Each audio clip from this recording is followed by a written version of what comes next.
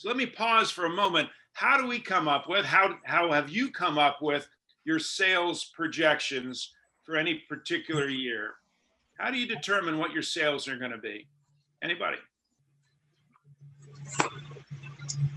I do the guesstimation approach right now, which obviously isn't very good. Okay.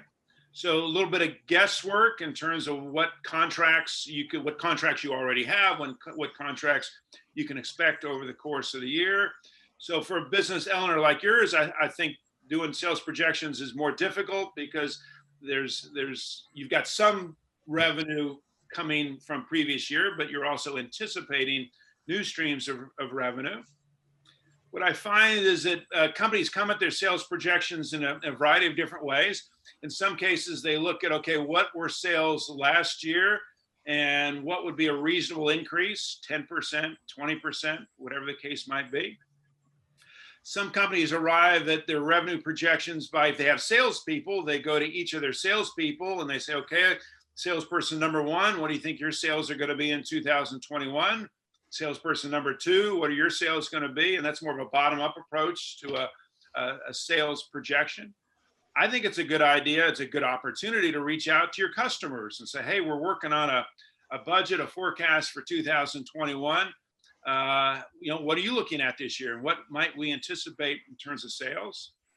So there's no right way to do it.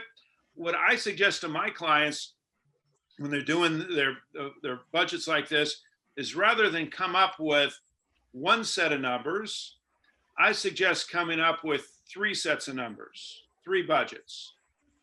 The first budget would be a very optimistic budget, using what's referred to as a BHAG, a big, hairy, audacious goal for a sales goal.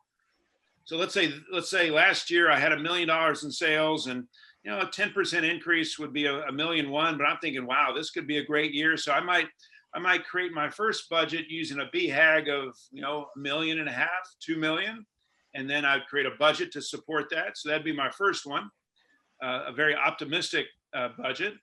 The second one that I would do would be a more conservative approach. That might be, if last year I had $1 million in sales, I might project, $1.1 million, a more conservative approach, a more realistic approach, and again, come up with expenses to support that. And then the third budget I would do would be a worst case scenario. Okay, if I did $1 million in revenue last year, what would be worst case scenario for this year? And what would be the overhead to support that? Three different budgets. And I suggest that specifically if you're anticipating borrowing money this year, because my experience is that if I go to the bank and I show my banker one set of numbers, bankers are trained to do two things to those projections. They're going to cut my sales projection in half, and they're going to double my expense projections, because that's what they're taught in banking school. And that's what they've learned through experience, is that as small business owners, we tend to over project our sales and under forecast our expenses. So the typical banker, if all you do is show them one set of numbers, they're going to do their own calculations, their own adjustments to your numbers. So that's why, in my experience, rather than show my banker one set of numbers, I'm going to show him three sets of numbers. So if John is my banker, I'm going to say, John, this would be a great year. Here's my most optimistic budget. Here is a conservative budget. And here's my worst case scenario budget. Typical banker is going to zero in on that second budget, the conservative numbers, which is good. At least now we're on the same page. At least now the banker's not doing their own math. Okay, so we're back to the sales projection. We've created our sales projection. We've decided what our cost of sales are. And again, we're also budgeting on a monthly basis. What are sales going to be in January? What are sales going to be in February? And so on. Okay.